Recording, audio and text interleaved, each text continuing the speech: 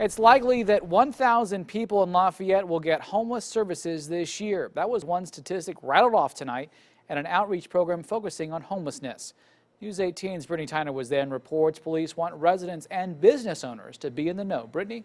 Dan, everybody in the room tonight raised their hand when city leaders asked if they have ever had an interaction with somebody who was homeless. That's about 50 hands. Police are trying to make them aware of the available resources so in turn they can help. I remember seeing people go home like in the evening and just thinking, man, if only they would let me sleep on their kitchen floor, even if it's linoleum. If I had like a roof over my head and someplace warm and dry where I could spend the night, like that's all I need. Stefan Sequeira was homeless for about a week.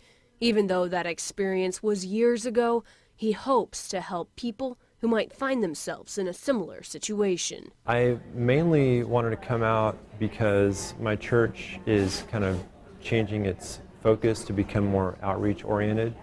And so I wanted to see if there was any information I could glean from this meeting that might help us. The meeting was part of an outreach effort by the Lafayette Police Department and the city.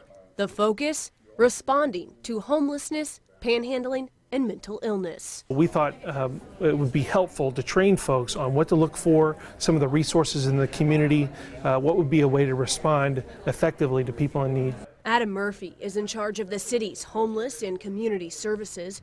He says on average, about 1,000 people a year receive homeless services. And in any given night, up to 150 people meet the federal definition of homelessness. Lafayette is large enough to have urban problems, but we're small enough that we can do something about it. Murphy talked about the 4 shelters available in Lafayette. He encourages residents and business owners to contact police or other organizations if they are looking to help. And that's the kind of information Sequeira was looking for. It's better to connect them with the professionals that actually are doing this work every day. And those professionals can connect them with resources that can help them long term.